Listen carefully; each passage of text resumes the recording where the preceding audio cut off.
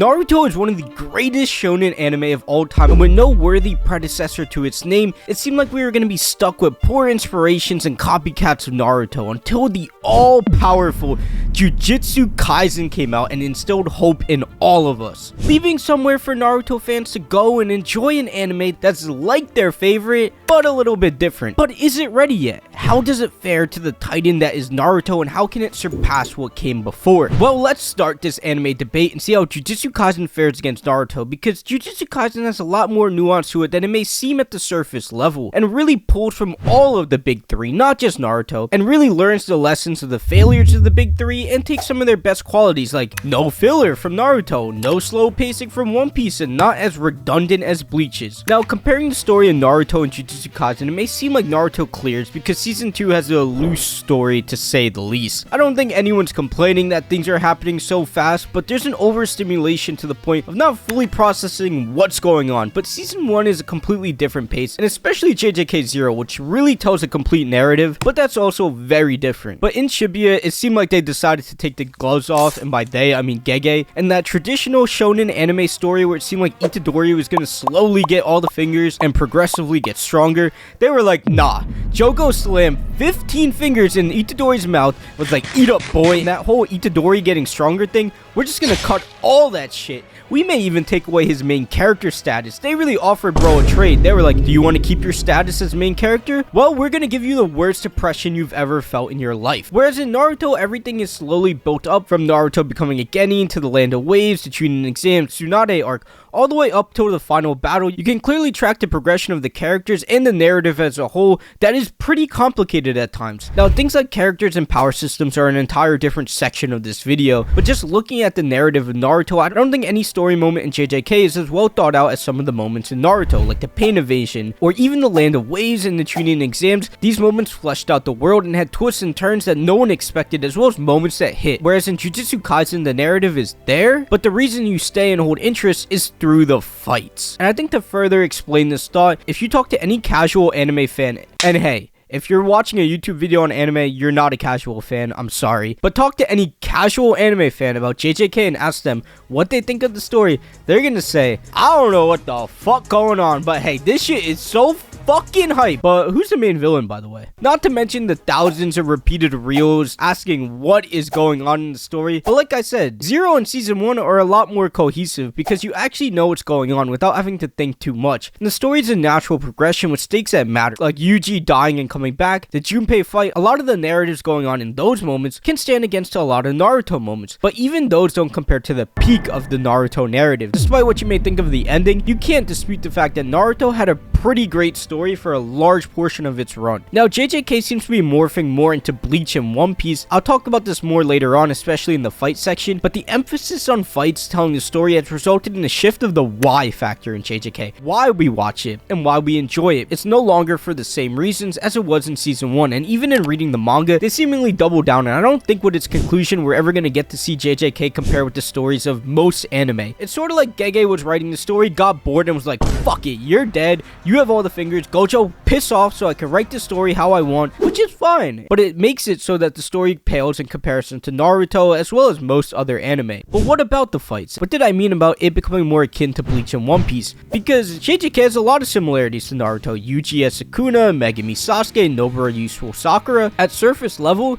this has gotta be like Naruto. And you're kinda right. Look, obviously from a design perspective and basic input, they are the same, but when you actually look at how they're used, it's hard to not say it's more akin to Bleach and One Piece. Characters are given individual goals, but their actual nature rarely ever changes. And besides Yuji, none of them have put in challenging situations in terms of their character. They are obviously put in situations in terms of their power level and their feat, but none of their characters' themes are ever called into question. Except Gojo, also in the beginning of season 2. And in every single JJK debate video I've done, I have to mention this, but Nobara is introduced to you and you learn more about her in the episode she's about to die than any other point. And Megumi is largely the same as he was when he was first introduced. And this isn't to say that they're one-dimensional or basic. There's reasons why they are the way they are, but the story isn't going to marinate in them in any capacity, and Gege doesn't want to waste any time on that at all because that's not the narrative he's trying to tell. Whereas in Naruto, some of these character arcs span the whole story. The likes of Obito is a natural progression that you fully understand him going from from a hero to a villain. Even the likes of Pain, Lee, Kakashi, Guy, every character has a deep journey to get where they are, not to mention the main 3, except Sakura. So main 2, because Sakura doesn't do anything, but still, these characters feel a lot more like Bleach characters than Naruto ones, with a little bit more drawn out beliefs. You kinda understand what's going on with them, but nothing too crazy that's gonna move you or cause a huge shift, make you have this grand epiphany and relate to them in some insane way. Part of Naruto having better characters is the fact that Naruto is just way longer, but even if you cut off Naruto at, say, part 1, no villain in JJK compares to Zabuza, no villain has the atmosphere, and this word that I'm about to say that has become so overused, but no character has the aura of Orochimaru or the complexity of Gaara. I would say Gojo and Mahito are probably the most complex characters, but they don't really compare that much to the upper echelon of Naruto. But this is one of Naruto's best traits, and honestly, most of old shonen really got the characters down right. From Luffy, Killua, Ichigo, Gon, Lee, Madara, Zoro, these characters are legends, and there isn't really those figures in anime anymore that we really look out to, barring maybe Eren or Thorfinn. And Yuji to Naruto isn't particularly close, although Yuji in season 2 is much better, and seeing him take in all that pain was insane, and it brought some of the best memes.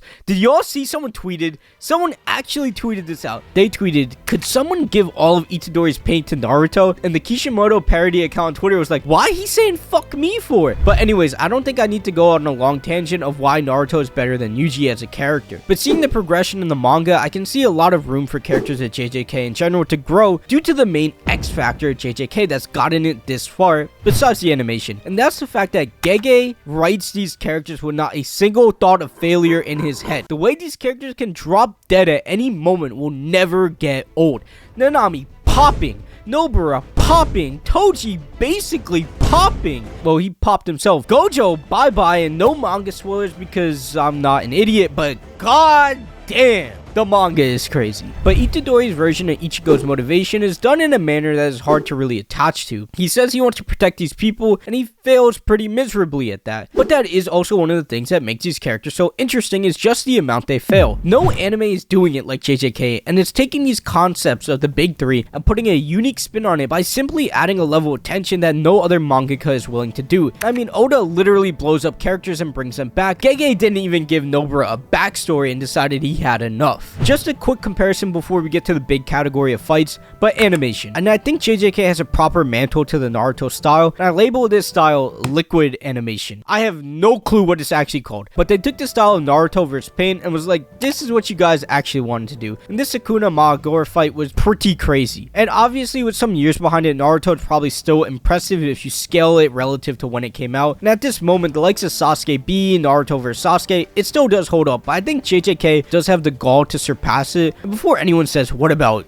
Demon Slayer? It's Demon Slayer. I think they're doing something very, very unique, and that's not an apples to apples comparison like JJK to Naruto is animation wise. And if you've been enjoying this video so far, you could drop a like, subscribe, and tell me what you want me to debate next. I would really appreciate it. These videos take a long time to make, and let's get back to it. So one more before fights, and that's the world. And honestly, the real life Tokyo is sick. Having curses in a real world is honestly so unique. But like I said, Gege just does not care about developing these things at all. That man has one thing on his mind, and it's hype fights. So obviously the ninja world is better, but I bring this up because I think some of the things in JJK are so cool. Man, I really wish there was an arc in between season 1 and Shibuya. Let's just call this arc Clan Wars, and it's the 3 great clans all having some form of conflict, and you have a full infighting battle within all of Japan and all the different hubs, with Itadori getting in the middle of it. You know, it could have given some of these side characters a lot of depth that was needed and gave us time to marinate with the cast. JJK fights are absolutely the pinnacle of the show, and why this video is even being made. It's why JJK is in these anime discussions. Taking away the fights from JJK would be like taking out alpha male content from shorts. There'd just be nothing there. These fights are the narrative, and although Naruto fights also serve as a story, these fights make JJK what it is. I'm not sure if any anime has fights that are as significant to the story as much as Jujutsu Kaisen fights are. Between the insane animation, the crazy plot threads, the scale, this is what leaves the characters in the audience speechless. Sukuna Mahagore is what enabled Itadori to go crazy in his character transformation, as well as Mahito vs Itadori, Mahito vs Nobara, and Mahito vs Nanami. These fights are what allowed Itadori to have that transformation, as well as what allowed the audience to get invested. Itadori vs Chozo showed that Itadori is barely on the level of some of the fighters in the JJK world, and also, god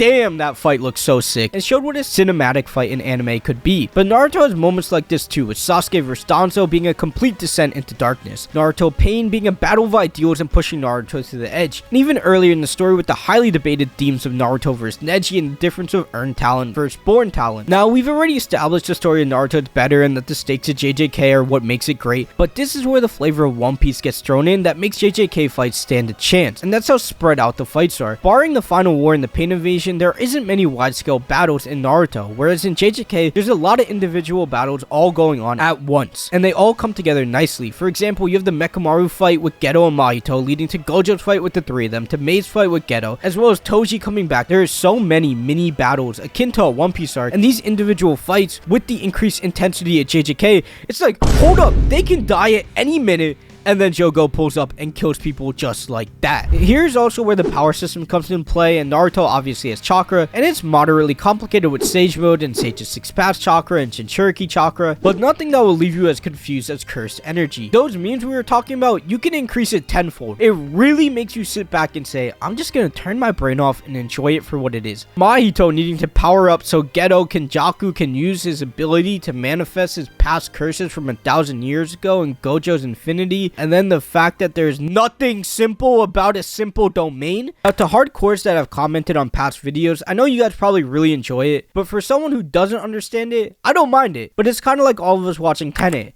I don't know what's going on, but I like it. Depending on what type of fan you are, you might actually prefer Jujutsu Kaisen fights to Naruto fights, which is crazy but believable to say. But I think from this debate, it won't take an Einstein to deduct that Jujutsu Kaisen isn't at the level of Naruto yet. But if Gege had introduced a little bit more nuance to the world and depth to the characters and really took time to marinate in the story before Shibuya came out, we really could be having a different discussion. But the appeal of Jujutsu Kaisen is still unlike any other anime, and if it keeps up and doubles down on being different, the discussion could open up because there's no shonen anime as bold as Jujutsu Kaisen, and no shonen anime that blends fights and tensions as well as JJK. In the current landscape, it seems like unique anime are what fans want. When seeing the success of Vinland Saga, Frieren, and Jujutsu Kaisen, it's safe to say that we want stuff that we haven't seen before. But I think what's also impressive is the titans of the big three are still the best shonen we have out, and the likes of My Hero, Black Clover, Boruto, they're all trying to recapture that energy, but instead of doing that, they may want to add a twist and go the route JJK and just be different and come up with a vibe to the story that's completely unique from everything we've seen before. So if this debate was too tame for you, why don't you check out this debate on Jujutsu Kaisen vs Demon Slayer, because that is super competitive. If you enjoyed this video, leave a like, subscribe, and don't forget, we're just getting started, we're gonna stay consistent, and I'll see you in the next video.